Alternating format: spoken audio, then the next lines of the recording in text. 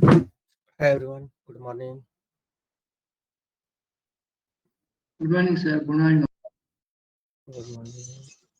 तो मोनिका है, सुशांत, वेद, विवेकानंद, अजय नहीं है। अजय क्यों नहीं है? थोड़ा लेट ज्वाइन करेंगे शायद। नहीं सर, अजय शायद इस वीक नहीं है। उसने कहा था कि उसके यहाँ कुछ फंक्शन है या कुछ ऐसा, वो शायद इस वीक नहीं है।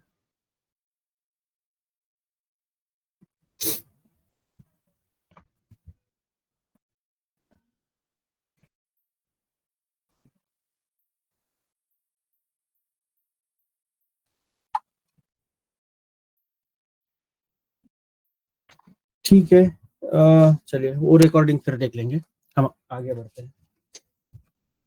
और मैं इवन सोच रहा हूँ कि एक 4-5 दिन कंटिन्यू क्लास रखें हम इस वीक एटलीस्ट, ताकि हमारा पूरा जो थ्योरी है डीप लर्निंग का वो खत्म हो जाए और आप भी वो उस मोमेंटम में रहो, right?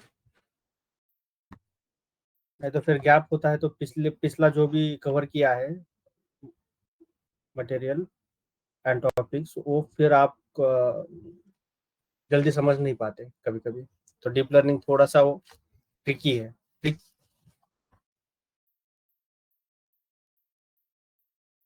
Tricky in the sense कि सिर्फ वो मैं तो कंसेप्ट काफी लूसिड लैंग्वेज में समझा दूंगा आपको, बट अगर उसमें कंसिस्टेंसी रहे, उसमें रेगुलरिटी रहे, तो जल्दी आसानी से समझ में आ जाएगी चीजें। तो हम कोशिश करेंगे, ठीक है, कल डिसाइड करेंगे उसके बारे में कि एटलीस्ट ये वीक, पूरा वीक अगर पॉसिबल है तो आपके लिए।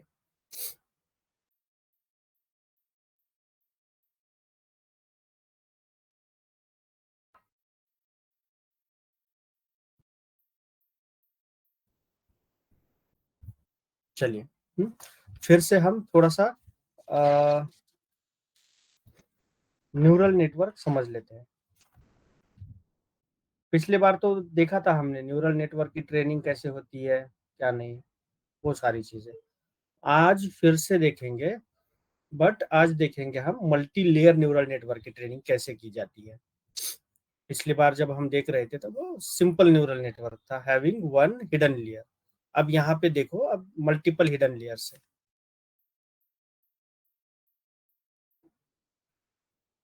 एक, दो, तीन और ये चार इनपुट फीचर्स है। Let's say x1, x2, x3 और x4। मतलब ये हमारे पास 4 इनपुट फीचर्स है, राइट? और यहाँ पे हम ये एक और मिडल लेयर देते हैं, 1, 2, 3।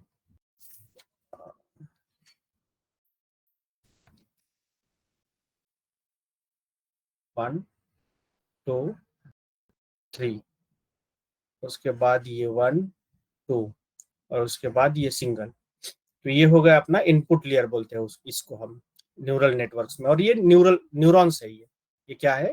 1, 2, 3, 4 ये न्यूरॉन्स है। आप कितने भी नंबर ऑफ न्यूरॉन्स यहाँ पे ऐड कर सकते हो,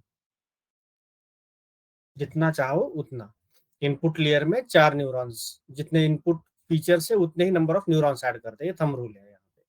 फिर बाद में आता है हिडन लेयर, हिडन लेयर 1 और हिडन लेयर 2 और ये आउटपुट लेयर। अब हिडन लेयर भी जितने मर्जी उतना आप ऐड कर सकते हो और जितना मर्जी उतने न्यूरॉन्स भी ऐड कर सकते हो उसमें। ये भी अपने ऊपर डिपेंड करता है। अब x1 यहाँ पे जाएगा और x1 इंटू वेट मैं लिखता हूं यहाँ पे w फर्स्ट लेयर का W111। तो ये जो वेट है और ये x1 है, ये यहाँ पे जाएगा, इस न्यूरॉन में जाएगा, F11 इस फंक्शन में जाएगा F11। और इसका जो आउटपुट है वो आगे जाके यहाँ पे फिट हो जाएगा। तो यहाँ पे जो आउटपुट है वो 11 है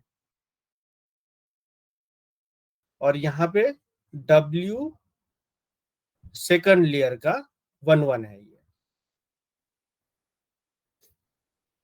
और इसका भी आगे जाके एक आउटपुट होता है यहाँ पे इस फंक्शन का। अब ये फंक्शन क्या है, f11, ये फर्स्ट लेयर का सेकंड फंक्शन, f12 ये फर्स्ट लेयर का थर्ड फंक्शन, f13, ये तीन फंक्शन है यहाँ पे, तीन एक्टिवेशन फंक्शन है, राइट। तो इसका जो भी आउटपुट होगा वो 1 होगा। इसको भी हम मल्टीप्लाई करेंगे आगे वाली वेट से, आगे की वेट से, और यहाँ पे फिर f21 होगा सेकंड लेयर का, f21 होगा, यहाँ 22 होगा, सॉरी, ये सेकंड वाला न्यूरॉन, और इसका जो आउटपुट होगा वो 21 होगा, राइट। सेकंड हिडन लेयर का आउटपुट वो 21, और यहाँ पे W311 होगा इसका वेट, इसका आउटपुट और इसका वेट फिर से मल्टीप्लाई होगा और यहाँ पे जाएगा, यहाँ पे f31 है फंक्शन, और ये इसका आउटपुट ऐसे वाई हैट करके आएगा। बट सिर्फ यही एक वे है क्या, नहीं, ये यहाँ से यहाँ कनेक्ट है, यहाँ से यहाँ भी कनेक्ट है, ये यहाँ से यहाँ कनेक्ट है, इसको क्या बोलेंगे फिर, ये W फर्स्ट लेयर का 21, यहाँ पे यहाँ से कनेक्ट है, तो यहाँ पे बोलेंगे W फर्स्ट लेयर का 31, और यहाँ से यहाँ पे भी कनेक्टेड है, तो यहाँ पे बोलेंगे W फर्स्ट लेयर का 41 वेट। ऐसे करके वो हम बनाएंगे उसका आर्किटेक्चर, और फिर यहाँ से यहाँ पे भी होगा, यहाँ से यहाँ पे भी होगा, यहाँ से यहाँ पे भी होगा, तो सब जगह पे कनेक्टेड होगा, फुल्ली कनेक्टेड बोलते हैं उसको, neural network fully connected, fully सारे न्यूरॉन्स देखो कनेक्टेड है आपस में।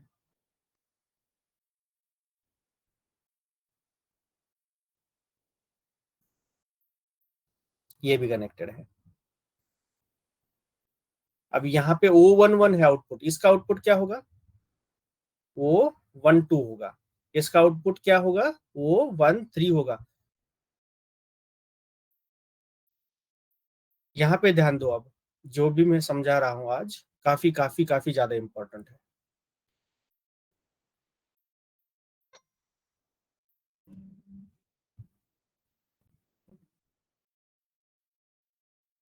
अगर ये पहले 3-4 लेक्चर समझ में आ गए तो पूरा डीप लर्निंग समझ में आ जाएगा आपको, और ये काफी सिंपल लैंग्वेज में मैं ऑलरेडी बता रहा हूँ।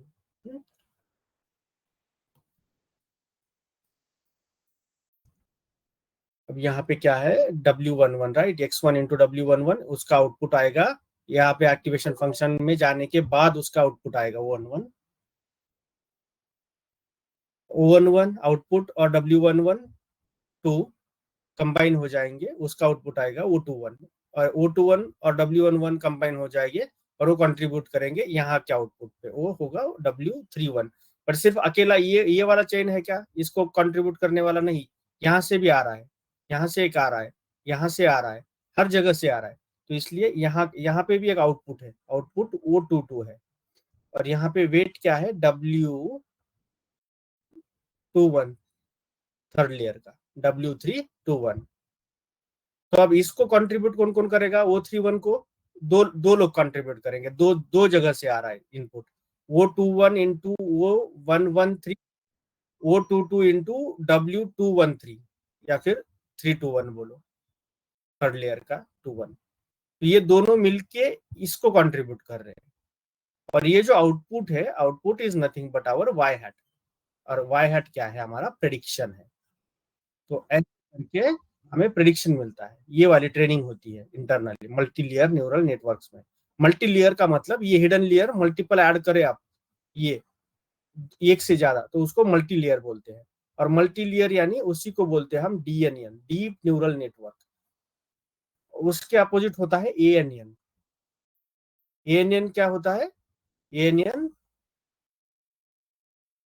आर्टिफिशियल न्यूरल नेटवर्क, ये शैलो होता है, शैलो मतलब ये क्या, दो ही आ जाएंगे, और DNN में 2 3 4 5 ऐसे करके आते हैं लेयर्स, नंबर ऑफ लेयर्स, तो थोड़ा सा डीपर बना देते हैं हम उसको, मोर देन 1 लेयर होता है DNN में।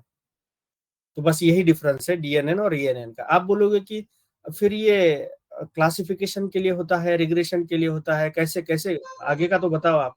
इमेज को भी हम देखते हैं कि न्यूरल नेटवर्क इमेज में भी होता है, वो सब कुछ होता है, सब कुछ कर सकते हैं हम, यहाँ पे सिर्फ एक्टिवेशन फंक्शन चेंज करते हैं।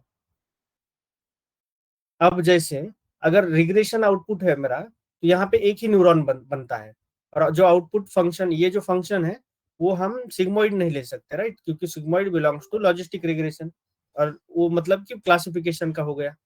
तो एक्टिवेशन फंक्शन सबसे इंपॉर्टेंट है यहाँ पे। एक्टिवेशन फंक्शन कौन सा यूज करना है आपको, उससे डिसाइड होता है कि आप ये पूरा आर्किटेक्चर किस लिए बना रहे हो, क्लासिफिकेशन प्रॉब्लम के लिए या फिर रिग्रेशन प्रॉब्लम के लिए। पहला डिसीजन आप ये लोगे, दूसरा डिसीजन कौन सा लोगे, number of neurons in output layer, number of neurons in output layer. अब इसका मतलब क्या होता है, number of neurons in output layer. अब इसका मतलब ये होता है कि यहाँ पे एक ही न्यूरॉन है, एक ही नोड बनाया है मैंने, तो रिग्रेशन टास्क के लिए काफी है। इवन बाइनरी क्लास के लिए भी ये काफी है। मैं क्या बोलूंगा इसको, कि अगर सिग्मोइड फंक्शन ने आउटपुट 0.5 से ज्यादा दे दिया, 0.5 से ज्यादा दे दिया, तो हमें क्या करो, 1 में कन्वर्ट करके दे दो, तो 1 हो गया, या फिर 0 हो गया, 0.5 से कम है तो आउटपुट। तो अब ये हर एक्टिवेशन फंक्शन आपको कुछ आउटपुट भी देगा, राइट। तो अगर सिग्मोइड एक्टिवेशन फंक्शन यूज करोगे तो ये प्रोबेबिलिटी में आउटपुट देगा। बाकी फंक्शन यूज करते हो तो आपको अलग अलग आउटपुट मिलते हैं, वो प्रोबेबिलिटी में नहीं होते। सिग्मोइड का ही सिर्फ प्रोबेबिलिटी में आउटपुट देता है। अगर सिग्मोइड यहाँ पे यूज किया आपने एज एक्टिवेशन ये फंक्शन, जो कि इसका जो आउटपुट है वो 21 इंटू W113 प्लस वो 22 इंटू W213, ये कंबाइन करके अगर आपने एक नंबर आता है, नंबर को पास करते हो एक्टिवेशन फंक्शन से। एक्टिवेशन फंक्शन क्या है आपका, 1 divided by 1 plus e to the power minus y, और माइनस वाई तो आ गया आपके पास है। अब इस फॉर्मूला में रख के आपको एक प्रोबेबिलिटी वैल्यू मिलती है, जो कि होती है 0 to 1 में सिर्फ। ये मिलने के बाद आप बोल सकते हो कि हाँ मुझे का प्रोबेबिलिटी आउटपुट मिला है, और मैं बाइनरी क्लासिफिकेशन कर सकता हूँ इससे। बाइनरी में काम आता है। बाइनरी में क्या करो, एक ही नोड बनाओ फाइनल लेयर में। अगर मल्टी लेबल क्लासिफिकेशन है, मल्टी क्लास क्लासिफिकेशन है, तो यहाँ पे आप मल्टीपल क्लासेस बनाते हो। जितने नंबर ऑफ आउटपुट लेबल्स है या क्लासेस है, उतने उतने बनाते हो आप यहाँ पे भी। जैसे यहाँ पे बना रहे हो, यहाँ पे तो हर वक्त आप जितने नंबर ऑफ इनपुट फीचर्स है उतने नंबर ऑफ न्यूरॉन्स देते हो यहाँ पे, देखो इस वाले लेयर में। बट और यहाँ पे क्या कर रहे हो, अब जितने नंबर ऑफ आउटपुट्स चाहिए आपको उतने नंबर ऑफ न्यूरॉन्स ऐड करते हो। रिग्रेशन टास्क में हर वक्त आउटपुट लेयर में सिर्फ एक ही न्यूरॉन ऐड करते हो, क्योंकि एक ही न्यूरॉन सफिशिएंट है वो वैल्यू देने के लिए हमें, क्योंकि एक ही वैल्यू आएगी उससे, कंटिन्यूअस वैल्यू, तो ये एक सफिशिएंट है। बट मल्टीपल क्लासेस के लिए मल्टीपल चाहिए हमें।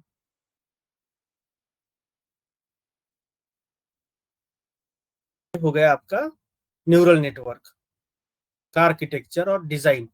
बट हम ये कैसे अचीव करते हैं, कैसे एग्जैक्टली ट्रेन होता है, चेन रूल क्या होता है, ये अभी समझ लेते हैं फिर से।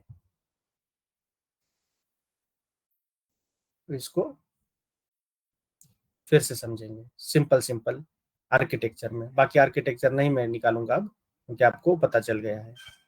1 2 3 4, यहाँ पे 1 2 और 3, यहाँ पे 1 और 2, और यहाँ पे 1।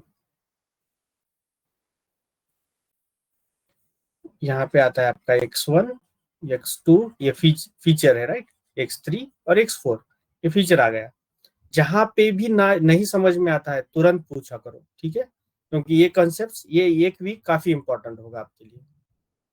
कहीं पे भी नहीं समझ में आता, जितना मुझे पता है मैं बता दूंगा आपको। W11 ये फर्स्ट लेयर का, राइट, बाकी बाकी मतलब नहीं है अब मुझे, इसलिए मैं बाकी कॉम्प्लेक्स आर्किटेक्चर में फिर से नहीं जा रहा। यहाँ पे जो है वो F11 है, यहाँ पे है F12 है, फंक्शन है यहाँ पे F13, यहाँ पे है F21, यहाँ पे है F22 और यहाँ पे फाइनली F31। और इसका जो आउटपुट है ये है O11 और इसका जो वेट है फिर वो वेट W112 है, यहाँ से यहाँ एक जा रहा है, इसका क्या है W12 सेकंड लेयर का, यहाँ से यहाँ जा रहा है, इसका क्या है O12 है, इसका O13 है, वो यहाँ पे भी जाएगा। फिर यहाँ है O21, मैं फिर से वही निकाल रहा हूँ, फिर W311 यहाँ से यहाँ जा रहा है। आपको कितना भी लगे कि यार बहुत मैथ हेवी है, मुझे ध्यान नहीं देना आज के दिन, मैं बाद में रिकॉर्डिंग से कवर कर लूंगा, रिकॉर्डिंग से कोई नहीं कवर करता। कितना भी लगे कि यार मैं ध्यान नहीं दे पा रहा हूँ, फिर भी कोशिश करो आज का लेक्चर समझने की। O31 क्योंकि एक ही बार में होता है, पूरी एनर्जी जुटा लो आज। और काफी सिंपल लैंग्वेज में समझा दूंगा। आपको ये तो पता है y का इक्वेशन क्या होता है, y का equation beta not plus beta 1 x1 plus beta 2 x2। अब बीटा की जगह पे मैं w शुरू कर दिया है, मैंने सिर्फ w बोलना, तो ये क्या होगा w1 x1 plus w2 x2, ऐसे करके हमें एक y का इक्वेशन मिलता है।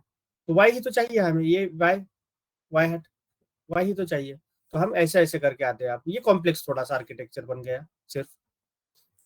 पहले लेयर क्या है x1 इंटू W11, ये यही है x1 into W11,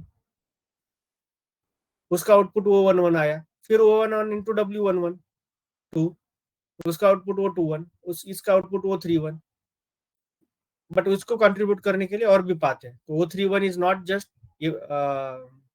affected by this path but is also affected by this path. तो यहाँ पे ये भी कंट्रीब्यूट कर रहा है O31 में, ये भी, और यहाँ से ये भी, right.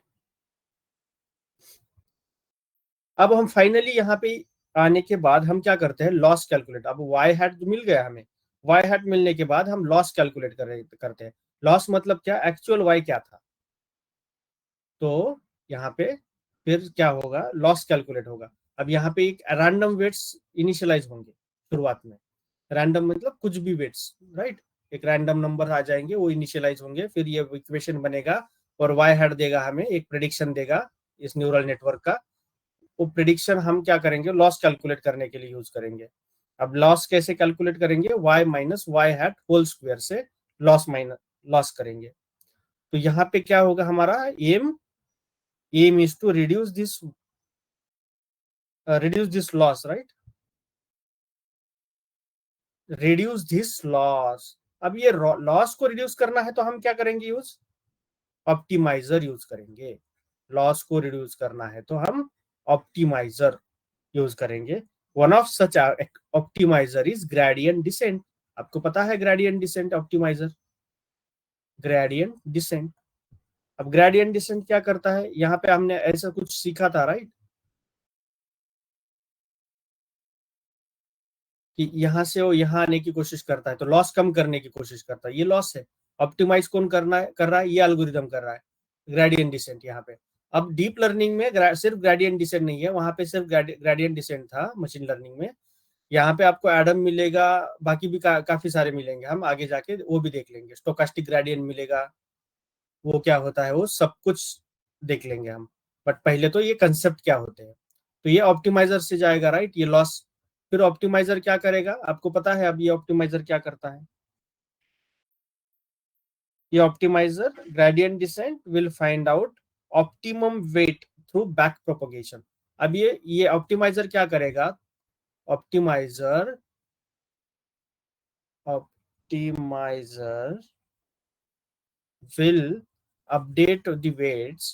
will update the weights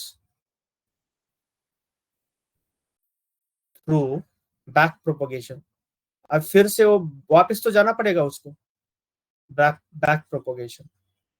तो बैक प्रोपोगेशन मतलब फिर से यहां से वो यहाँ की जर्नी शुरू करता है और हर वेट अपडेट करते रहता है, उसको बोलते हैं सिर्फ बैक प्रोपोगेशन नॉर्मल लैंग्वेज में, राइट, मशीन लर्निंग लैंग्वेज में।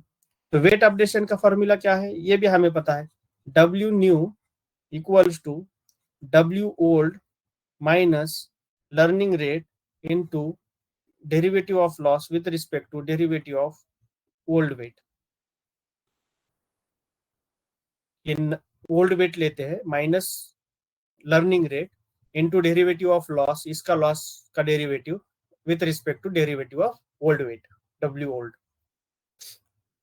ये हम लेंगे और वेट अपडेट करते जाएंगे हर एक लेयर का पीछे जाते वक्त, तो लेयर अपडेट होगा, सारे लेयर्स का सारा जो भी अपना वेट से वो अपडेट होता जाएगा, सारे वेट्स।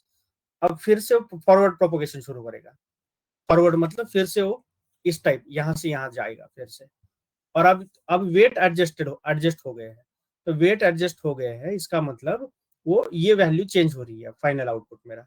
अब फिर फाइनल आउटपुट में लॉस कम हो गया ये होने के बाद। अब ये भी कैसे होता है, जैसे अब यहाँ पे देखो W ओल्ड माइनस हम ये कर रहे हैं डेरिवेटिव ऑफ लॉस, तो इसका मतलब एग्जैक्टली क्या है ये, तो ये स्लोप, डेरिवेटिव ऑफ स्लोप है ये।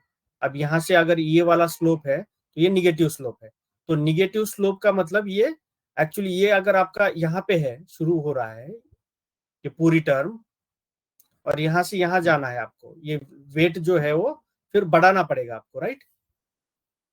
यहाँ से यहाँ जाना मतलब वेट बढ़ाना पड़ेगा, वेट कम था, वेट कम इनिशियलाइज हुआ था पहले तो, और यहाँ से अगर वेट इनिशियलाइज हो गया तो घटाना पड़ेगा वेट को, तो यहाँ जाएगा मतलब मिनिमा तक जाएगा, ग्लोबल मिनिमा तक वेट रिड्यूस करना पड़ेगा आपको।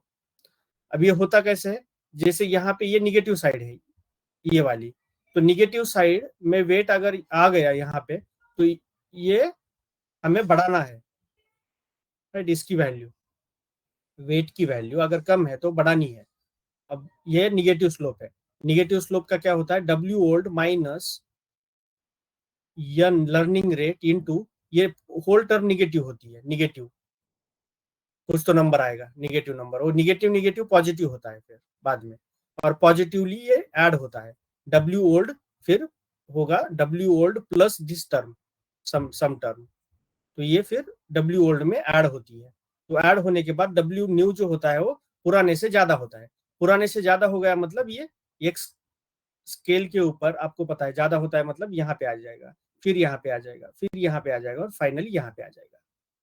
और यहाँ से क्या होगा, अगर यहाँ से इनिशियलाइज हो गया है वेट और आपको यहाँ से यहाँ आना है, इस पॉइंट से इस डाउन साइड आना है, मतलब ये घटाना है, कम कम करना है हमें, तो वो कैसे होगा, वो ऐसे ही होगा, ये माइनस यन, अब इसका डेरिवेटिव पॉजिटिव आएगा, सिर्फ derivative of loss with respect to derivative of old weight, ये जो भी आएगा वो पॉजिटिव संख्या आएगी। और पॉजिटिव, ये पूरा पॉजिटिव आने के बाद ये क्या होगा, इससे अगर ये पॉजिटिव चीज आप घटाओगे तो ये नंबर घट जाएगा, राइट, कम हो जाएगा W ओल्ड के कंपैरिजन में, और W2 हमारी लेस वैल्यू आएगी, कम वैल्यू आएगी। तो धीरे धीरे धीरे ये W कम होता है, कम होता है, जब तक मेरा लॉस सबसे कम ना हो, ग्लोबल मिनिमा अचीव ना हो।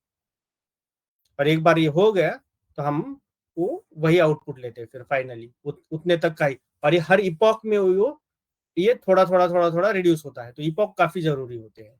इपॉक मतलब बार बार ट्रेन करना, तो बार बार कैलकुलेट करेगा लॉस, बार बार अपडेट करेगा, बैक प्रोपेगेशन होता रहेगा उसमें, तो इसलिए first epoch consist of forward propagation and backward propagation, और इस तरह से वो वेट अपडेट करता जाता है। अब एग्जैक्टली कैसे करता है वो मैं चेन रूल से बताता हूँ आपको कि चेन रूल क्या होते हैं यहाँ पे।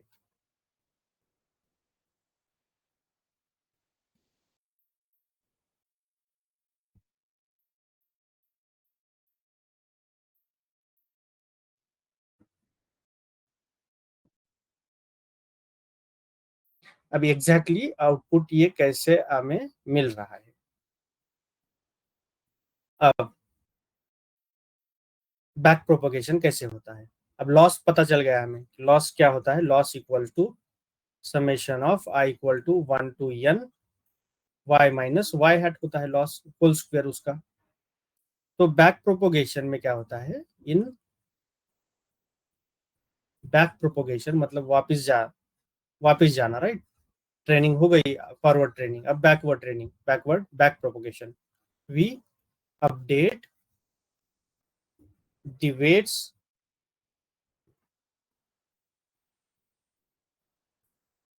through optimizer। ऑप्टिमाइजर, अब ऑप्टिमाइजर काफी सारे होते हैं हमें पता है। Optimizer can be your gradient descent, आपको पता है ग्रेडियंट डिसेंट, इसलिए मैं वही एग्जांपल ले रहा हूँ। Stochastic gradient descent, SGD, Adam, etcetera etcetera, काफी सारे हैं। अब वेट अपडेट बैक प्रोपोगेशन से कैसे होता है, तो मैं एक एग्जांपल लेता हूँ, वो एग्जांपल लेता हूँ W311 का, W थर्ड लेयर का 11 कौन सा है, देखो यहाँ पे OW311, मैं कलर चेंज करता हूँ। अब यहाँ पे देखो ये है W311। अब ये इसको चेंज करना है, तो इसको कैसे करेंगे हम change, W311 equals to W113 old minus learning rate into DL derivative of loss with respect to derivative of W113 old weight, right. तो मैं यही बात यहाँ पे लिखता हूँ। अब W11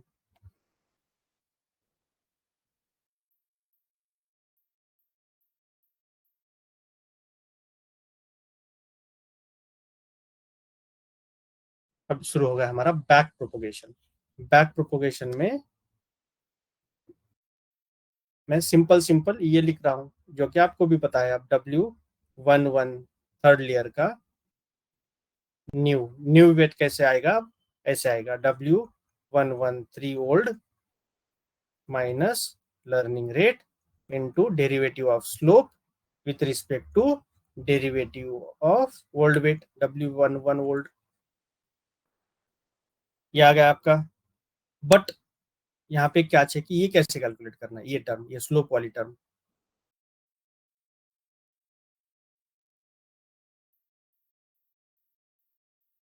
ये कैलकुलेट कैसे करनी है। How to calculate derivative of loss with respect to derivative of W113 old weight. तो मैं यहाँ पे एक लिखूंगा sentence, as the wait W113 या W311 इज अफेक्टिंग आउटपुट।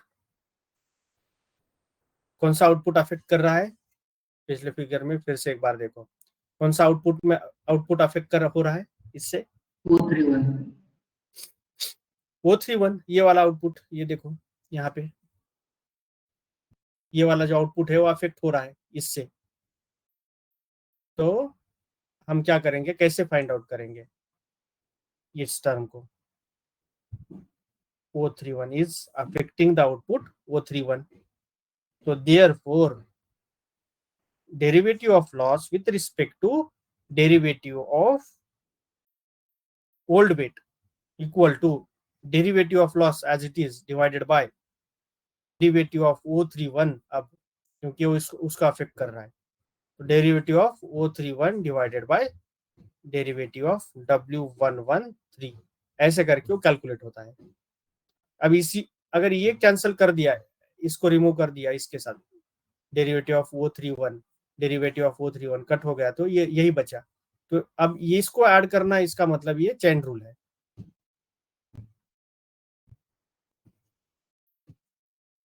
ये चेन रूल हम यूज कर रहे हैं। आप बोलोगे कि फिर ऐसा क्यों कर रहे हैं, क्योंकि ये एक चेन है, चेन क्या है, ये पूरी चेन है, देखो यहाँ पे ऐसे ऐसे आ रही है, तो ये पूरी चेन को कंसिडर करना पड़ेगा। ऐसा नहीं है कि सिर्फ आप उसी वेट को कंसिडर कर रहे हो।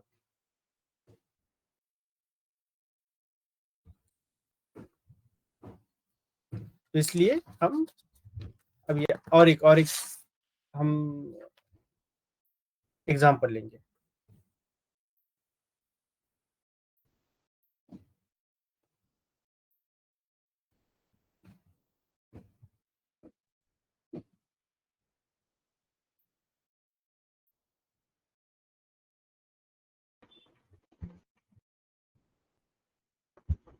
सर ये आउटपुट वाला बस नहीं समझा, आखिरी में जो आउटपुट से डिवाइड किए थे वो समझ गया कि आउटपुट इम्पैक्ट करता है, इसलिए आउटपुट का डेरिवेटिव निकाल दिया। इम्पैक्ट होता है, राइट, उससे इस W311 ओल्ड से आउटपुट इम्पैक्ट हो रहा है, इसलिए हम इसको ऐड कर रहे हैं, इस टर्म को भी यहाँ पे। और और कैलकुलेशन अगर इसका इसको निकालते डिलीट भी कर दिया आपने तो भी derivative of loss with respect to derivative of old weight ही रहेगा वो।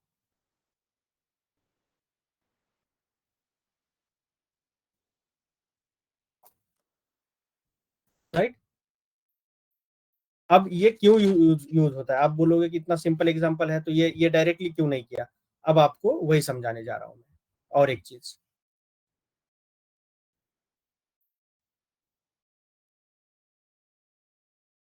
फिर आप बोलोगे कि चेन रूल क्यों यूज कर रहे हो फिर तो आप इस सिंपल इसके लिए। बट अब मैं एक चीज बताता हूं आपको। If now we want to calculate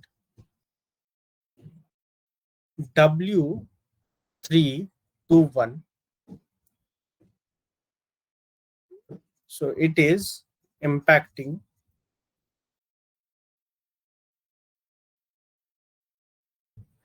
W321,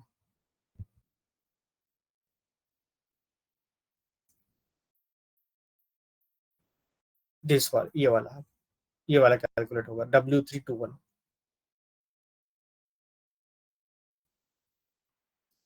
W311 हो गया, अब W321। अब एक्चुअली सिर्फ इतना ही नहीं है, ये W311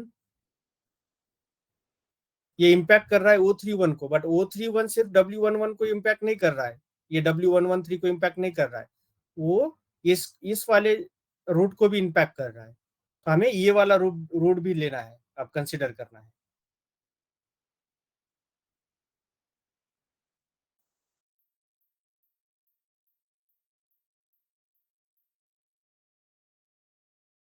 इसका भी क्या होगा, derivative of loss with respect to derivative of W321 equal to derivative of loss with respect to derivative of 31 into derivative of O31 divided by derivative of W321।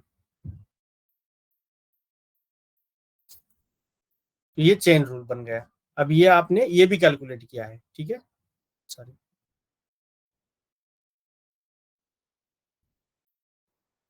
इस रूट का ये भी अपडेट कर दिया आपने W321 इस फॉर्मूले से। अब ये दोनों बनने के बाद मैं और एक समझाता हूं आपको, W11 को कैसे करें अपडेट, ताकि आपको चेन रूल और ज्यादा समझ में आ जाए। W11 ये वाला,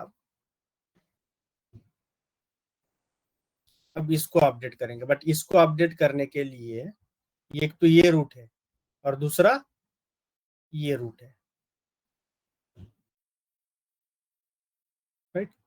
ये वाले को भी अफेक्ट कर रहा है, ये W11 को अपडेट करना है तो इस ये वाला रूट भी है, ये वाला रूट भी जा रहा है, दो जा रहे हैं यहाँ पे, यहाँ से। तो बैक प्रोपोगेशन में भी अगर इसको अपडेट करना है तो ये भी रूट अफेक्ट कर रहा है, ये भी रूट अफेक्ट कर रहा है इसको।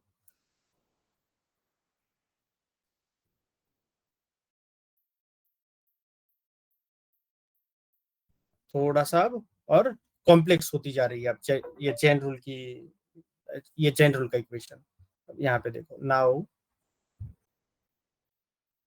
If we want to find out W11, ये सेकंड लेयर का, सेकंड लेयर की बारी। थर्ड लेयर का सब कुछ कैलकुलेट कर दिया आपने, थर्ड लेयर का सिंपल भी था, सिर्फ एक ही आउटपुट हो रहा है। बट सेकंड लेयर पे अब ये 2-3 मल्टीपल जगह से आ रहे हैं, 2-3 वेज है। तो यहाँ पे W11 टू ओल्ड, ये तो सिंपल है, ये यहाँ तक multiply by sorry minus learning rate into derivative of loss with respect to derivative of W112 old. यहाँ पे ओल्ड लिखो या फिर ऐसे लिख दो। तो अब ये प्रश्न है हमारे सामने कि इसको कैलकुलेट कैसे करें, ताकि ये दो रूट का अफेक्ट कर रहा है। अब दो रूट को अफेक्ट कर रहा है, एक रूट ये, एक रूट ये वाला। अभी दो रूट को अपडेट कर रहा है, तो we know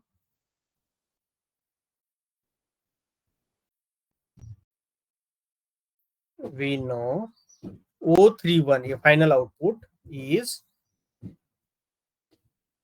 impacted by W311 and O21, and it will be impacted by W112 and O11, W112 and O11।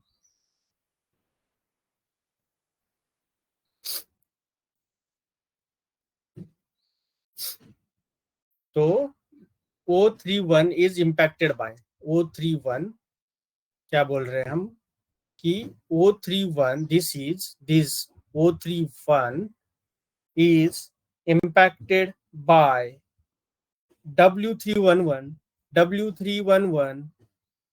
and O21 this side.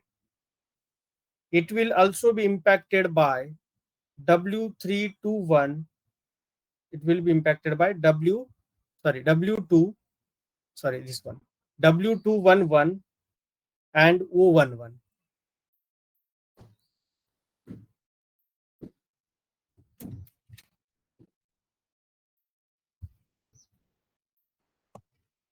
तो ये दो रूट, अब ये वाला भी है और ये वाला भी है। तो फाइनली क्या हो रहा है, एक्चुअली ये O31 is impacted by this and also this। तो ये रूट सिर्फ हम आप कंसिडर कर रहे हैं, ये वाला W112 के लिए, W112 न्यू के लिए सिर्फ यही एक रूट। अब यही रूट में O31 is impacted by this beta 1 x1 and this beta 1 x1, right, beta x1 and beta x1। ये दो है। अब ये दो को कैसे कैलकुलेट करना है,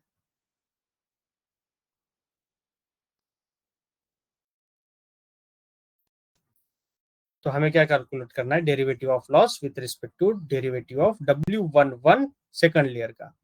तो यहाँ पे क्या आएगा फिर, derivative of loss with respect to derivative of O31 final output into derivative of O31 divided by derivative of O21, उस रूट में जो आने वाला दूसरा output, multiply by derivative of O21 divided by, फिर आएगा डेरिवेटिव ऑफ W112।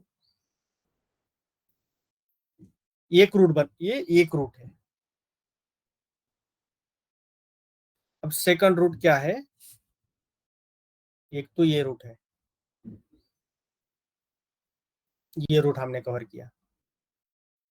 अब दूसरा क्या है, ये वाला O31 O22, ये वाला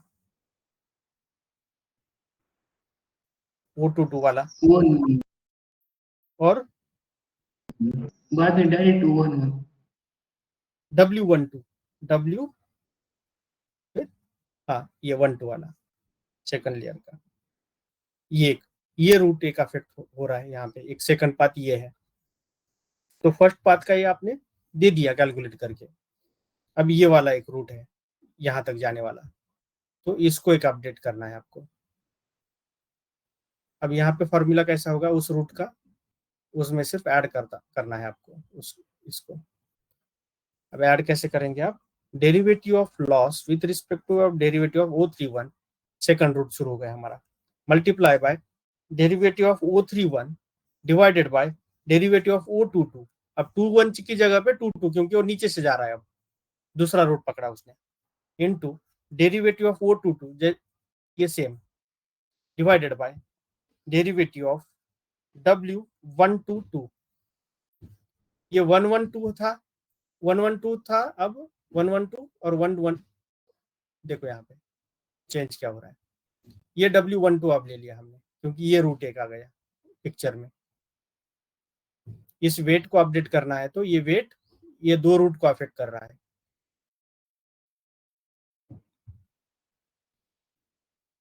राइट। अब ये दो रूट को अफेक्ट कर रहा है, इसलिए ये बैक प्रोपोगेशन में भी हम ये कंसिडर कर रहे हैं, ये भी रूट और ये भी रूट। और अब ये भी, इस रूट का तो काफी सिंपल है, ये रूट तो आपको समझ में आ गया होगा, ये सिंपल रूट है, और ये भी रूट अफेक्ट हो रहा है, तो इसका भी आप back propagation through, chain rule through इसका डेरिवेटिव कैलकुलेट कर रहे हो आप इस रूट से। तो derivative of loss with respect to derivative of O31 into derivative of O31 into derivative of O22 into derivative of O22 divided by derivative of W212, वही लिखा है हमने यहाँ पे।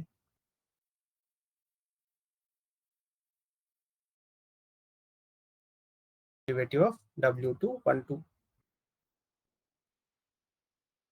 ये इसको हाफ वगैरह करना पड़ेगा क्या, मतलब ये क्या ट्वाइस हो जाएगा ना, नहीं तो क्या वे फिर से पूछो। दो इक्वेशन ऐड कर रहे हैं, तो इसकी वैल्यू आगे करनी होगी, या जो आएगी वैल्यू वो डायरेक्टली ले लेंगे, ऐसा है? हाँ, इसकी वैल्यू अब कुछ ना कुछ आएगी, राइट। अब इस फॉर्मूले से ये वाली वैल्यू चेंज हो जाएगी। अब ये वैल्यू कहाँ पे डालोगे आप, यहाँ पे डाल दोगे।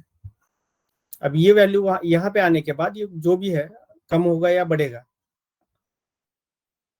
अब वो हाँ, ये इस हमारा स्लोप के कहाँ डेरिवेटिव है, पे है, मुझे लगा वेट है। हाँ, समझ हाँ, गया।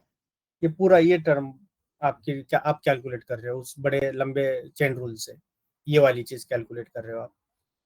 अब ये वाली चीज क्या करेगी, यहाँ से यहाँ तक आने की आपके लिए, आप यहाँ से आने, यहाँ से यहाँ तक आने के लिए आपको हेल्प करेगी। नहीं तो फिर यहाँ से यहाँ तक जैसे भी वेट इनिशियलाइज हुआ है शुरुआत में गलती से, वो थोड़ा थोड़ा सुधारेगी। अब हर एक इटरेशन में, हर एक इपॉक में वो सुधरता है वो चीज। जितनी ज्यादा इपॉक उतना वो बेहतर भी बनता है। और एक समय ऐसा भी आता है कि लॉस कांस्टेंट रहता है, फिर लॉस उससे नीचे आता ही नहीं है।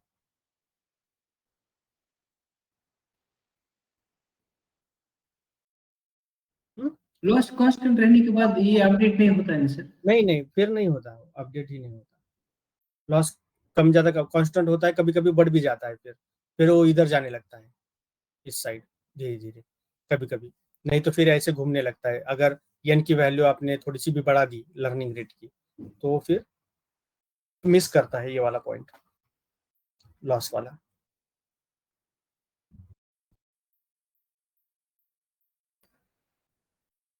अब चेन रूल आपको कोई नहीं पूछेगा कि चेन रूल क्या होता है, बट आपको इंटरनल वर्किंग पता होनी चाहिए इस न्यूरल नेटवर्क की। ये कैसे कैसे फॉरवर्ड प्रोपोगेशन तो काफी सिंपल है, ये तो वेट इनिशियलाइज होते हैं, बट बैकवर्ड प्रोपोगेशन क्यों इंपॉर्टेंट है, to update the weights.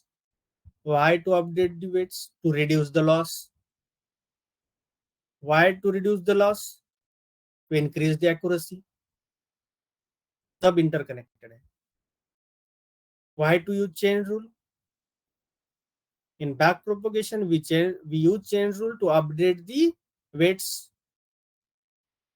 Who update the weight, who will update the weight, the optimizers will do that thing for us.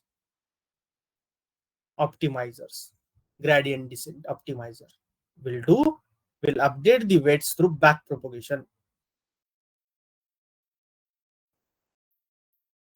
Therefore, back propagation is very much important. Kind of feedback loop है ये back propagation का मतलब। यहाँ पे वो गलती हो गई, ठीक है, हम फिर से वेट अपडेट करते हैं, बैक प्रोपगेशन। सबको ये बात क्लियर हो गई? यस सर, क्लियर है। बाकी लोग? सुशांत, सब कुछ समझ में आ रहा है ना आपको? सर एक बार वो फॉर्मूला दिखा देंगे जो आपने निकाला था अभी प्लस करके दोनों लेन को, एक बार देखना।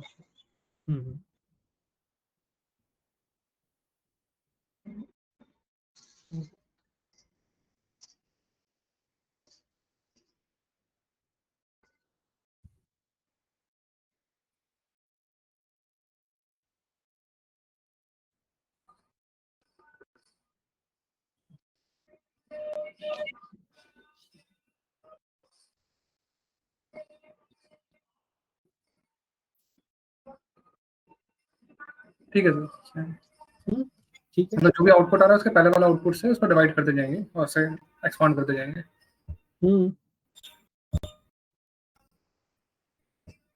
इसलिए यहाँ पे चेन रूल इंपॉर्टेंट है, चेन रूल के थ्रू ही होता है।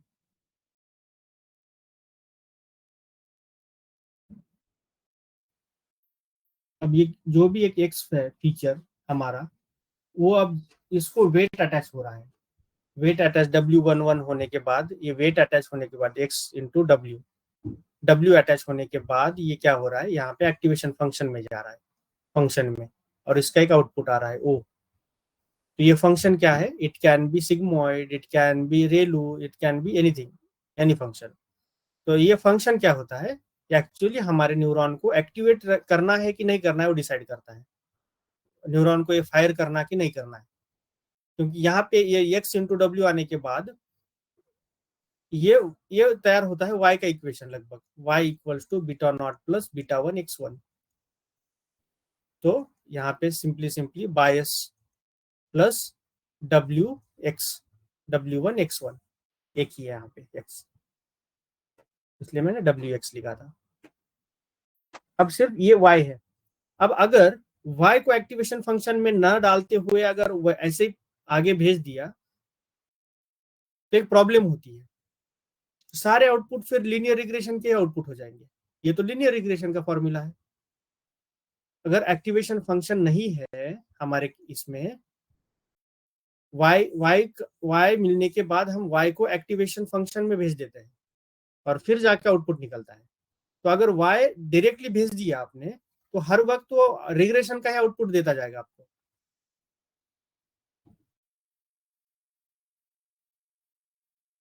राइट।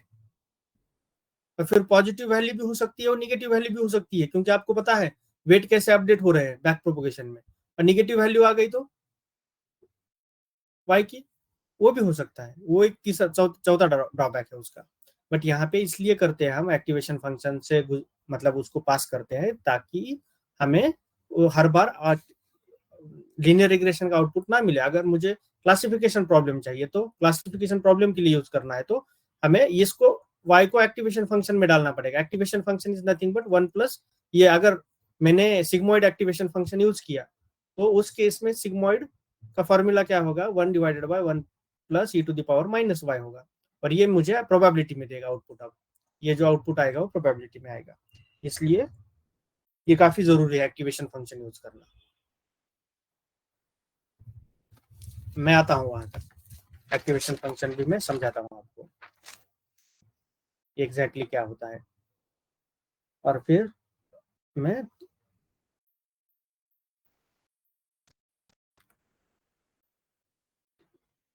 एक्टिवेशन फंक्शन देखने के बाद हम एक केस स्टडी देखेंगे अगर टाइम मिले तो।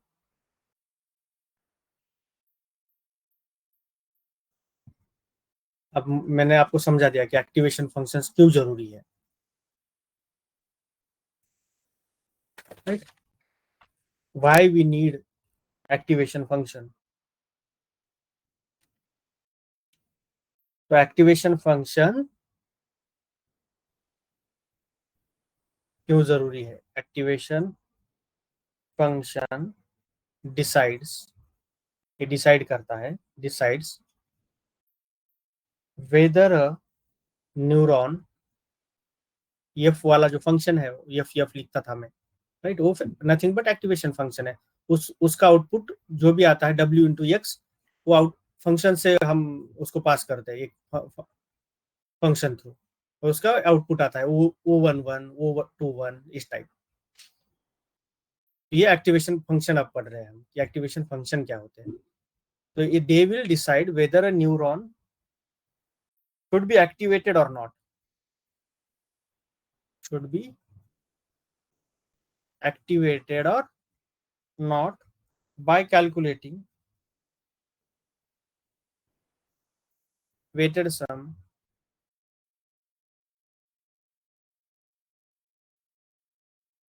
and further adding bias with it, bias with it.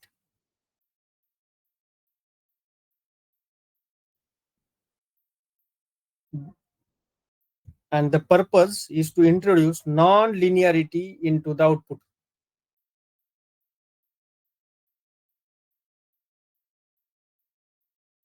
Non-linearity, इसका मतलब मैंने अभी समझाया है आपको, फिर भी लिखता हूं यहाँ पे मैं। द पर्पज, ये क्या पर्पज होता है उसका? Purpose of activation function is to introduce non-linearity,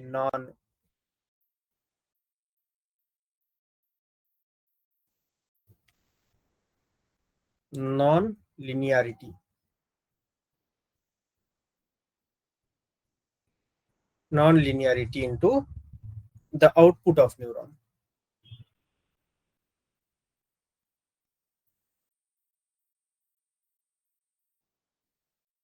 non linearity वो इंट्रोड्यूस करता है यहाँ पे। देखो मतलब क्या मैंने बोला है आपको कि y वैल्यू जब आप पास करते हो तो हर बार y वैल्यू को अगर आपने वो फंक्शन थ्रू पास नहीं किया तो y का वैल्यू लीनियर रिग्रेशन का आउटपुट रहेगा हमेशा ही।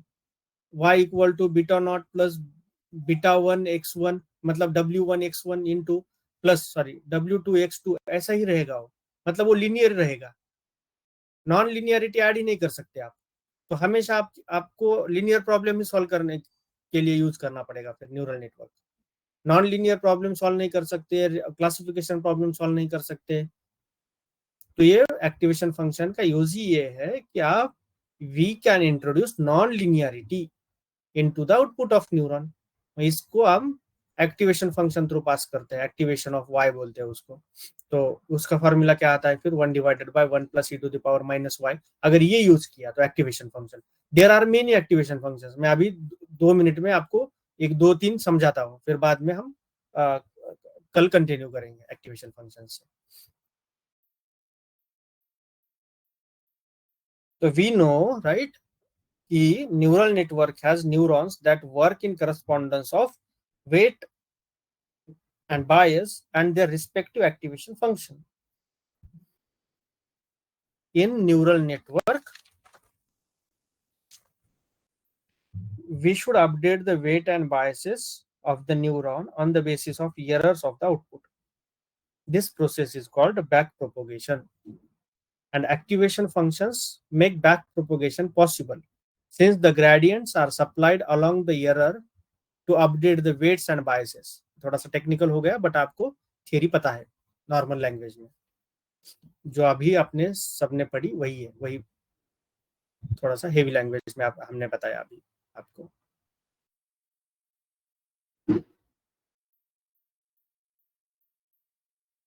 तो नॉन लीनियर एक्टिवेशन फंक्शन जैसे सिग्मोइड क्यों यूज करते हैं हम? ताकि a neural network without an activation function is essentially just a linear regression model.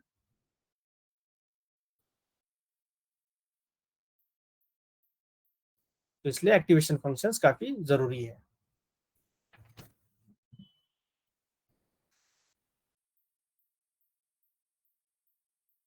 अब जैसे एक एक्टिवेशन फंक्शन सिग्मॉइड में सिखाता हूँ आपको। अब सिग्मॉइड एक्टिवेशन फंक्शन।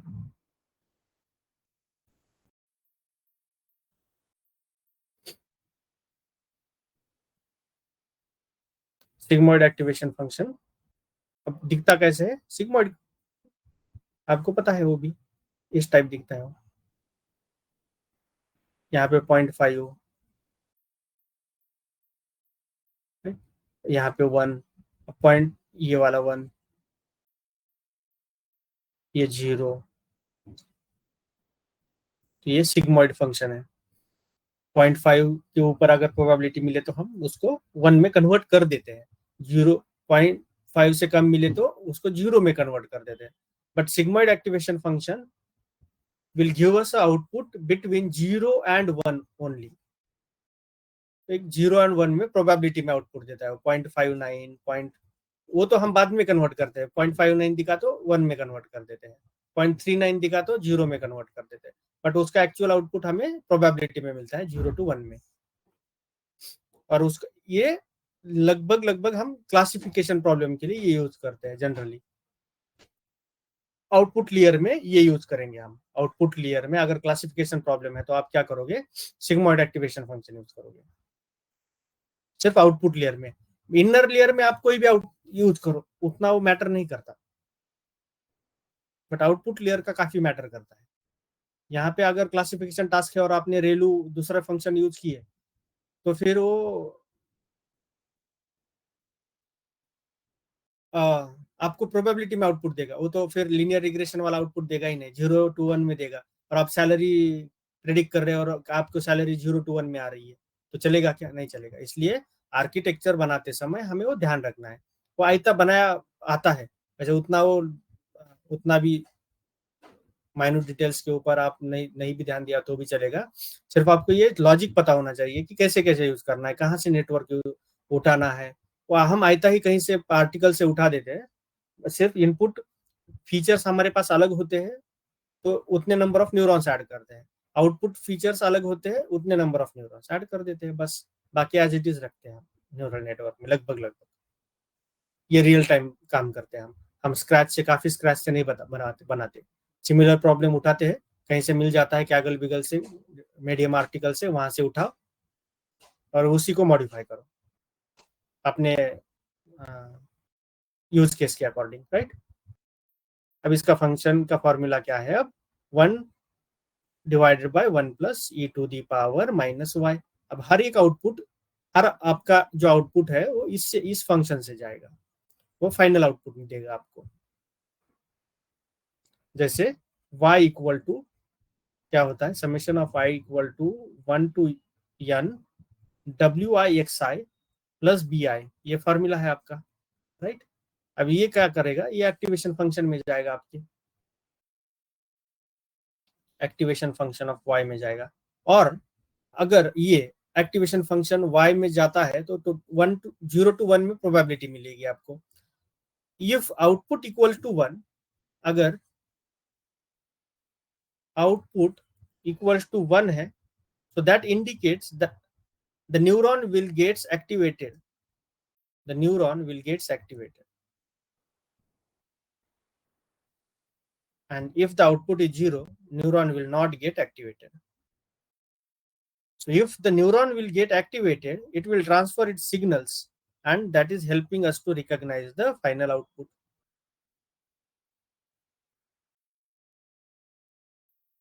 ये बेसिकली आउटपुट 1 है तो एक्टिवेट होगा, 0 है तो नहीं होगा। तो सिंपल एक्सप्लेनेशन है उसका, सिग्मॉइड एक्टिवेशन फंक्शन का। हर लेयर में एक्टिवेशन फंक्शन डाल देते हैं हम। हर लेयर में मतलब क्या? अगर मेरे पास ऐसे 3 लेयर है, ये एक इनपुट फीचर्स है, ये x1 x2 x3 x4। अब ये एक लेयर है और ये एक लेयर है और ये एक लेयर है, तो ये एक लेयर के लिए मैं क्या करता हूँ? एक्टिवेशन फंक्शन सिग्मॉइड यूज करता हूँ। तो ये सबको अरेंज होगा, ये सबको, हर एक न्यूरॉन के लिए अलग अलग नहीं दे सकते हम, पूरे लेयर के लिए ये सेट करना पड़ता है। यहाँ पे भी पूरे लेयर के लिए ये सेट करना पड़ता है। यहाँ पे सिग्मॉइड करो, नहीं तो फिर रेलू करो, rectified linear unit, linear unit, ये मैं 1 मिनट में समझा देता हूं आपको। तो यहाँ पे अलग करो, क्लासिफिकेशन का टास्क है तो यहाँ पे फिर कंपलसरी सिग्मोइड करो एक्टिवेशन फंक्शन। तो अलग अलग लेयर के ऊपर चलता है वो, हर एक न्यूरॉन के ऊपर नहीं चलता, लेयर को असाइन करना पड़ता है। अब लेयर कैसे बनता है क्या नहीं, अगर मुझे आज टाइम मिला तो आज समझ आपको बता दूंगा, नहीं तो फिर कल बता दूंगा आपको।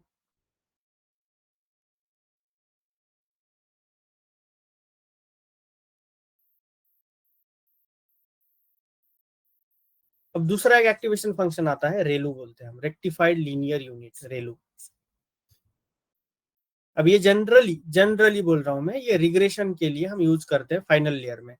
बीच में जो भी लेयर है, बीच में का बात ही नहीं कर रहा हूं मैं, बीच में कुछ भी यूज करो आप,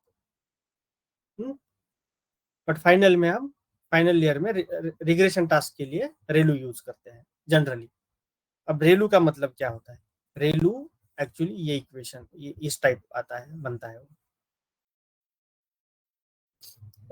लीनियर बोलता है ना वो, रेक्टिफाइड लीनियर यूनिट, लीनियर का मतलब ये ऐसे लीनियरली बढ़ रहा है। और उसका इक्वेशन जो बनता है वो बनता है मैक्स ऑफ y कोमा 0 बनता है वो, मतलब मैक्स y, मतलब y 1 है तो मेरा आउटपुट भी, फाइनल आउटपुट भी एक ही होगा, एक एक। 2 है तो ये 2 ही होगा मेरा आउटपुट y का, मतलब एक y मिला है मुझे, राइट।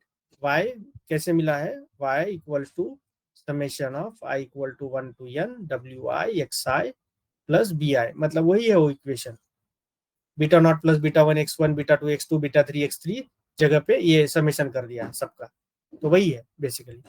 अब ये y मिलने के बाद मैं इसको रेलू थ्रू ये कर रहा हूँ, राइट, रेलू से पास कर रहा हूँ मैं उसको, activation function of y equal to Relu.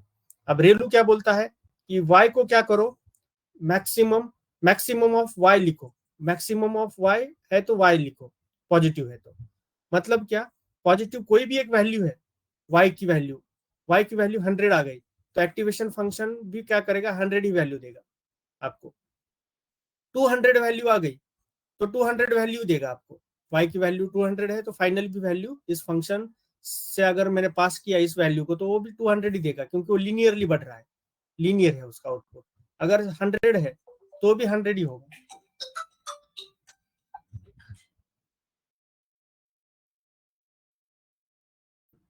Right. समझ में आ रही बात? Yes sir. बट आप बोलोगे कि निगेटिव के लिए तो कुछ लिखा ही नहीं है यहाँ पे, अगर ये पॉजिटिव लाइन है, राइट, बट निगेटिव के लिए कुछ नहीं लिखा आपने, इसलिए तो ये यहाँ पे 0 कर दिया है निगेटिव के लिए। अब कुछ भी वैल्यू पॉजिटिव से कम है तो 0 में कन्वर्ट हो जाएगी। अगर यहाँ पे y मेरा -26 आता है तो एक्टिवेशन फंक्शन से गुजरने के बाद y की वैल्यू 0 बन जाती है। हम बोल रहे हैं कि निगेटिव वैल्यू को क्या करो, आप 0 में कन्वर्ट कर दो, 0। तो इसलिए ये फॉर्मूला है उसका, right, max of y comma 0। अगर पॉजिटिव है तो y रखो, y की वैल्यू y ही रखो, मुझे नहीं चेंज करनी, क्योंकि वैसे भी वो रिग्रेशन टास्क के लिए मुझे यूज करना है उसको, तो y की वैल्यू y ही रख दो। बट y की वैल्यू निगेटिव आ गई तो 0 कर दो उसको, वो नहीं चाहिए मुझे, वो 0 कर दो। तो ये एक्टिवेशन फंक्शन है। If y value is negative, that transfers to 0.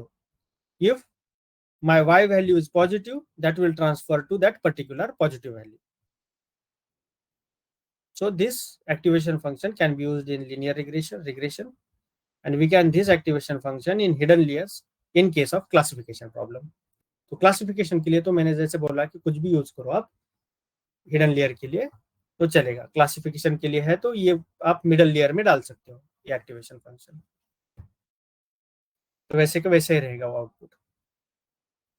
अब इसके भी पॉजिटिव्स है निगेटिव्स है, वो आगे जाके हम धीरे धीरे लिख लेंगे,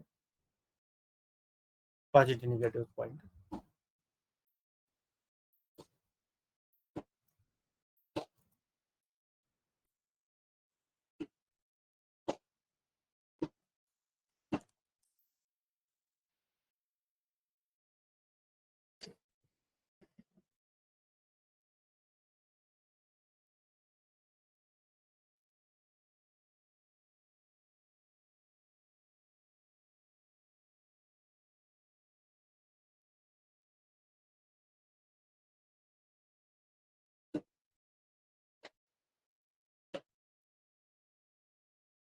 चलो एक सिंपल एग्जांपल से मैं आपको समझा दूंगा।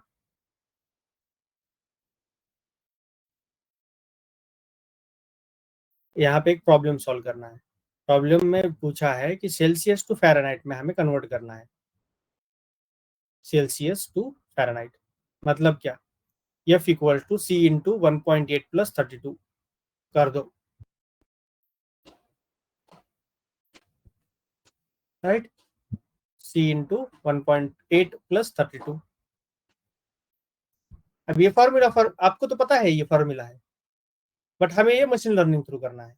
मशीन लर्निंग थ्रू मतलब डीप लर्निंग थ्रू आप करना है इसको। तो डीप लर्निंग के लिए हम दो मेनली लाइब्रेरीज यूज करेंगे। पहली तो होगी आपकी टेंसर फ्लो, दूसरी होगी केरास। नई दो लाइब्रेरीज आप सीखोगे अभी। पहली का नाम है टेंसर फ्लो, तो ये basic library developed by Google, tensor flow. इसके कोड थोड़े से हेवी है। अब उसको एक रैपर बनाया है उन्होंने केरास का। केरास काफी सिंपल है, बट बैक एंड में वो इसके कोड पुल कर रहा है।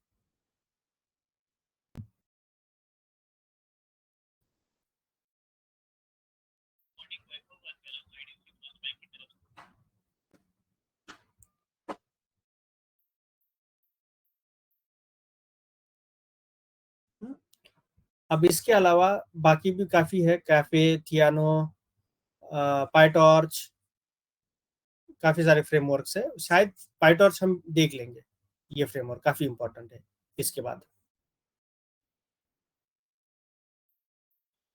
या फिर आजकल यही चल रहा है, ऐसा बोल सकते हैं आप। तो इसलिए ये भी थोड़ा सा कवर कर लेंगे हम।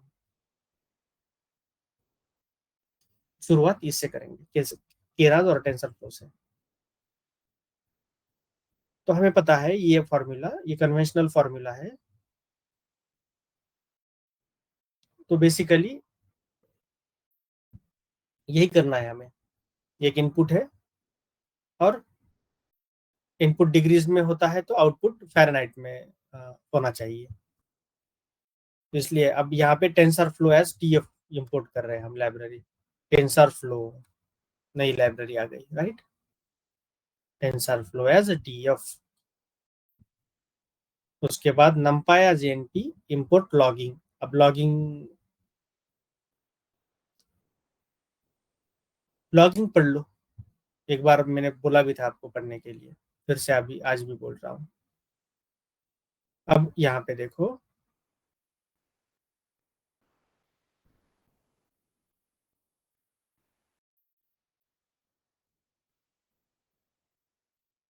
डिग्री सेल्सियस एक लिस्ट हमने एक array डिक्लेयर किया है, और फ़ारेनहाइट के लिए एक array डिक्लेयर किया है।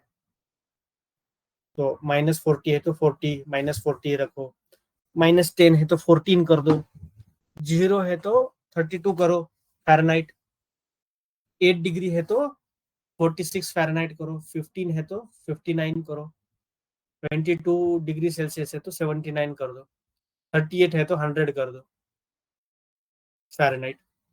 तो हमें पता है फ्यूअर 100 से ज़्यादा है, 102 हो गया, 103 हो गया, ऐसा बोलते हैं हम। फ़ारेनहाइट में बोलते हो, सेल्सियस में नहीं बोलते। 38 का मतलब 100 है। आपको ये पता है, अब लेबल्स, फीचर्स, एग्जांपल्स क्या क्या कैसे होता है, क्या होते हैं। फीचर यानी इनपुट फीचर्स होते हैं, या फिर उसी को हम सॉरी, फीचर्स इनपुट फीचर्स होते हैं, और लेबल्स हमारी वाई वैल्यू होती है। और ये एग्जांपल मतलब ये पूरा एक रो एक एग्जांपल होता है हमारे लिए। अब यहाँ पे लेयर्स बना रहे हैं हम, आपको पता है इनपुट लेयर बनाना, हिडन लेयर और आउटपुट लेयर। तो आउट कैसे बनाते हैं फिर हिडन लेयर, आउटपुट लेयर वगैरह। तो यहाँ पे लिखा है, we will called layer 0 L0 and create it by instantiating tf.keras.layers.dense। ये डेंस लेयर्स बनाने के लिए ये एक फंक्शन आता है। और कॉन्फ़िगरेशन क्या देने हैं, इनपुट फीचर्स, इनपुट शेप देना है आपको, कितना शेप है भाई आपके डेटा का। दिस स्पेसिफाइज द इनपुट, कितने फीचर्स है, 10 है, 12 है, 4 है, 2 है। वो नंबर ऑफ फीचर्स दे दो आप इनपुट शेप में। देखो यहाँ पे 1 दे दिया, सिर्फ इनपुट 1 ही है, degree Celsius. We will be converting degree Celsius into Fahrenheit. तो इसके लिए एक ही सफिशिएंट है इनपुट शेप, एक इनपुट और एक ही यूनिट काफी है। एक यूनिट मतलब एक न्यूरॉन, एक इनपुट शेप, बस। इससे हम एक लेयर तैयार कर रहे हैं, उस लेयर का नाम है L0। मतलब ये पहला लेयर तैयार हो गया आपका।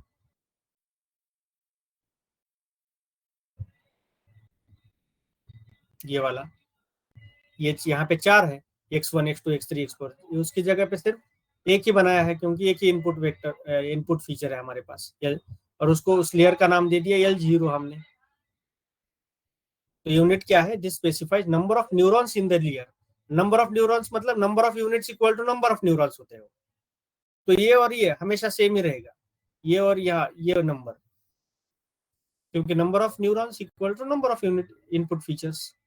The number of neurons defines how many internal variables the layer has to try to learn how to solve the problem. Since this is the final layer, it is also the size of the model's output. A single float value representing degrees Fahrenheit. बस एक का sufficient है, that will represent our degrees in Fahrenheit.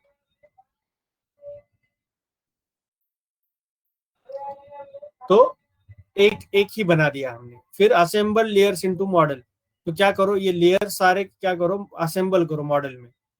तो model में assemble, sequential model में, sequential functional 2 models होते हैं, generally sequential use करते हैं।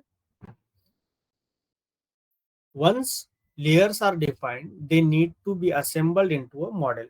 अब लेयर्स डिफाइन होने के बाद वो असेंबल कर दो आप। तो असेंबल कैसे करेंगे आप? मॉडल इक्वल्स टू, अब मॉडल इनिशिएट करना है आपको, मॉडल वेरिएबल को, और यहाँ पे लिखना है tf.keras.sequential, सिक्वेंशियल L0 को ऐड कर दो, ये इस लेयर को keras.sequential में इस लेयर को आप ऐड कर दो। इतना ही बोल रहे हो आप, एक ही लेयर, इनपुट लेयर। फिर बाद में आता है कंपाइलिंग, मॉडल कंपाइलिंग। मॉडल बना दिया आपने, ये वाला है, ट्रेन करना वगैरह बाद में शुरू होगा वो ट्रेनिंग, बट आपने एक मॉडल बनाया, उसमें एक इनपुट लेयर है, एक लेयर है डेंस लेयर सिर्फ। अब यहाँ पे कंपाइलेशन आता है। अब आप बोलोगे कि एक्टिवेशन फंक्शन और वो सारा चीज कहाँ पे डिक्लेयर किया है, धीरे धीरे वहां तक जाएंगे। अब बाद में आती है स्टेप कंपाइल की, with loss and optimizer function. तो कंपाइल, मॉडल तो बना दिया, बाद में उसको कंपाइल करना पड़ता है यहाँ पे। तो model dot compile loss equal to mean squared error. अब लॉस कैसे डिसाइड होता है? जैसे आपका क्लासिफिकेशन या रिग्रेशन का प्रॉब्लम है, तो अब डिग्री टू फ़ारेनहाइट कन्वर्ट करना मतलब वो कंटिन्यूस वैल्यू जनरेट करके देगा आपको। कंटिन्यूस वैल्यू जनरेट करके देगा, इसका मतलब आपका ये प्रॉब्लम रिग्रेशन का है। तो रिग्रेशन का लॉस क्या होता है? मीन स्क्वेयर्ड एरर होता है, राइट। और ये एडम ऑप्टिमाइजर यूज किया। जैसे ग्रेडियंट डिसेंट है, स्टोकास्टिक ग्रेडियंट डिसेंट, कोई भी यूज करो, यहाँ पे एडम यूज किया है। एडम आगे जाके मैं फिर से वो समझा दूंगा क्या होते हैं, बट आज आपको थोड़ा सा ओवरव्यू दे रहा हूँ। ये नोटबुक फिर से मैं समझा दूंगा आगे जाके, सब कुछ सिखाने के बाद। बट ये ऑप्टिमाइजर इक्वल टू, ऐसे ऑप्टिमाइजर भी लिखते हैं आप कि कौन सा ऑप्टिमाइजर, क्योंकि ऑप्टिमाइजर तो लेयर वाइज नहीं होता, वो पूरे मॉडल के लिए होता है। तो एक ही ऑप्टिमाइजर यहाँ पे यूज होता है, एक ही लॉस फंक्शन यहाँ पे यूज होता है, बट यहाँ पे अलग अलग हो सकता है कि ये एक्टिवेशन फंक्शन यूज करें हम, बट यहाँ पे अभी तक एक्टिवेशन फंक्शन यूज नहीं किया है। These are used during training. Model.fit to calculate the loss at each point and then improve it. In fact, the act of calculating the current loss of model and then improving it precisely what training is. तो ये पता है हमें optimiser क्या करता है। इस यहाँ की जो भी थ्योरी है वो पढ़ लो, नहीं समझ में आती है तो पूछो मुझे। और बाद में क्या होता है, फाइनली हिस्ट्री सारी हिस्ट्री सेव करते हैं हम as a history, equals to model dot fit. यहाँ पे फिटिंग हो गई, देखो मॉडल की, मॉडल डॉट फिट फिट में एक्स वैल्यू, सेल्सियस और फ़ारेनहाइट वाई वैल्यू, ये दोनों पास कर रहे हैं हम। X train X test, sorry X train Y train, X train Y train. Epochs कितने दोगे, और वर्बोस फॉल्स, मतलब कि आउटपुट में कुछ मत दो हमें, नहीं तो फिर आउटपुट में वर्बोसिटी ऐड होती है। यहाँ पे थोड़ा सा इंट्यूटिव दिखता है, आप ट्राई करो ट्रू लिख के, और यहाँ पे आप फिर मॉडल फिनिश हो गया ट्रेन होना। अब ये होने के बाद आपको हिस्ट्री लॉस एक फंक्शन आता है इसमें। ये फंक्शन है हिस्ट्री, हमारे मॉडल ये वाला, ये मॉडल जहाँ पे भी हमने वो सेव किया है उसकी हिस्ट्री, वेट्स उसके सेव हुए हैं यहाँ पे, सारे वेट्स हिस्ट्री में सेव हो गए। तो हिस्ट्री में लॉस भी है, ये फंक्शन भी आता है उसके ऊपर। ये हिस्ट्री ऑफ लॉस लिखो, वो लॉस आपको प्लॉट करके देगा, हर एक इपॉक में लॉस कैसे कम हो रहा है, मतलब आपका cost function. Loss magnitude versus epoch number जैसे जैसे बढ़ गया वैसे वैसे लॉस भी घट रहा है, और एक पॉइंट के बाद वो कम कांस्टेंट रहेगा लॉस। क्या करो, मॉडल डॉट क्या करो, प्रेडिक्ट 100 दे दो आप। तो 100 देने के बाद 211 दे बोल रहा है वो डिग्री फ़ारेनहाइट में, तो करेक्ट है कि नहीं है ये देखने के लिए अब हम क्या कर रहे हैं, इस फार्मूला को, मैनुअल जो फार्मूला है अपने पास उससे क्रॉस चेक कर रहे हैं। तो हमारा मॉडल लगभग एग्जैक्ट रिजल्ट दे रहा है। तो ये हो गया सिंपल मॉडल, उसमें एक ही न्यूरॉन है, मतलब कि इस टाइप बना है हमारा मॉडल, हमने इस टाइप बनाया है, दिखा था आपको।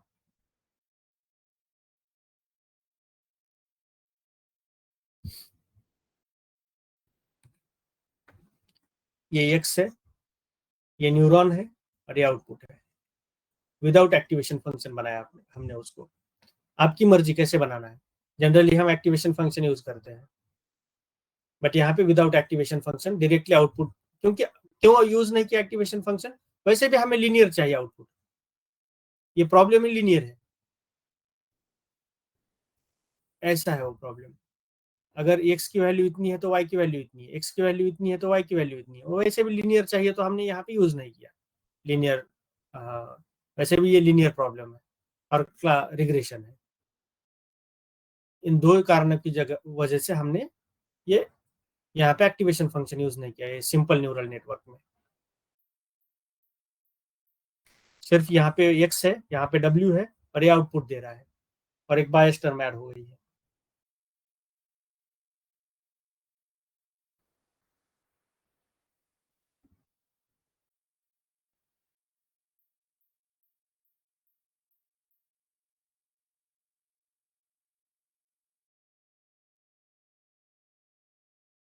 राइट, तो बस इतना सिंपल हमने एक न्यूरॉन का किया है। अब कल मैं बाकी समझा दूंगा आपको, और भी देखो, लेयर 0, लेयर 1, लेयर 2 और सब कुछ हमने लेयर वगैरह तैयार किए हैं।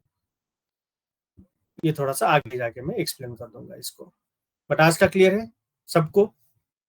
क्योंकि वेरी गुड, क्योंकि मैं चाहता हूं कि ये चीजें हर एक को हर एक को एकदम क्लियर हो जाए, एकदम एकदम एकदम क्लियर।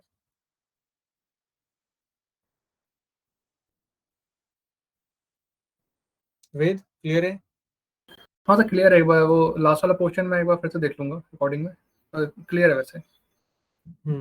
एक बार और देखूंगा तो और क्लियर हो जाएगा। ठीक है, और मोनिका और यस सर क्लियर है। क्लियर है, right? मतलब ऐसे मत बोला करो, ठीक है, कि अगर नहीं है क्लियर तो मेरे साथ मीटिंग अरेंज किया करो, सुशांत और आप, जहां पे भी डाउट है, एकदम बेसिक भी डाउट है तो भी फिर मतलब आपको पूछना ही है, क्योंकि क्लास ही ले रहा हूं मैं आप 4 लोगों के लिए, आप नहीं पूछोगे तो कौन पूछेगा? सुशांत, आ- आपको ध्यान रखना है मोनिका का। Yes sir. हाँ, उनको अगर डाउट है तो फिर आप रिजॉल्व करो, आपसे नहीं हो रहा है तो फिर मेरे साथ कनेक्ट करो, आप दोनों मिलके मीटिंग अरेंज करो, कुछ भी करो, मशीन लर्निंग से डाउट होने दो। अगर वो भी नहीं समझ में आया तो मैं फिर से आपके लिए समझा दूंगा, बट ऐसे प्रोसीड नहीं करना है क्योंकि क्लास खत्म होने को है।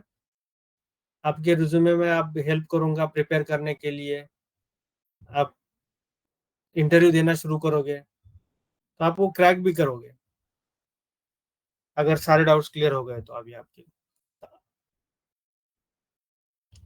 अब हमारा ये डीप लर्निंग, फिर ट्रांसफॉर्मर्स और जनरेटिव एआई, और जनरेटिव एआई सिखाते सिखाते, वो पढ़ाते पढ़ाते मैं आपके प्रोजेक्ट्स साइमल्टेनियसली लूंगा और फिर आपका रिज्यूमे प्रिपेयर होगा। तो उससे पहले जो भी डाउट्स है वो सब क्लियर करना है।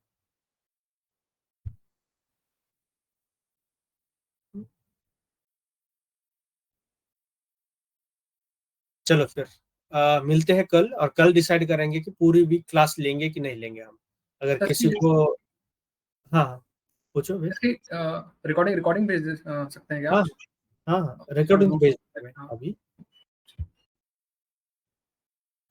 तो रिकॉर्डिंग देख लो, क्लियर करो ये सारी चीजें फिर से देख के, क्योंकि ये बेस है डीप लर्निंग का, और सारे डीप लर्निंग मॉडल्स का ये बेस चल रहा है क्लास में, तो इसको तो कवर करना ही है आपको।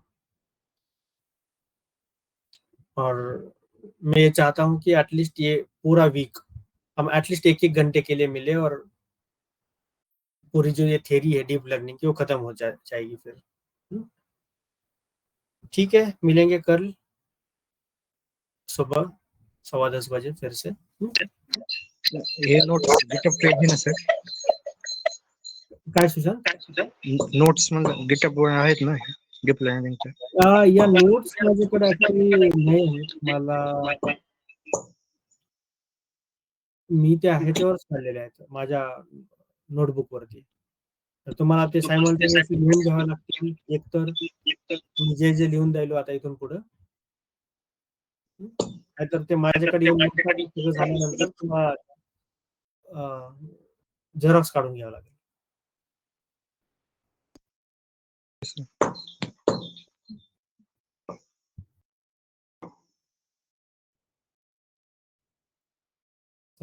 चल मग, चलो मिलते हैं हम कल।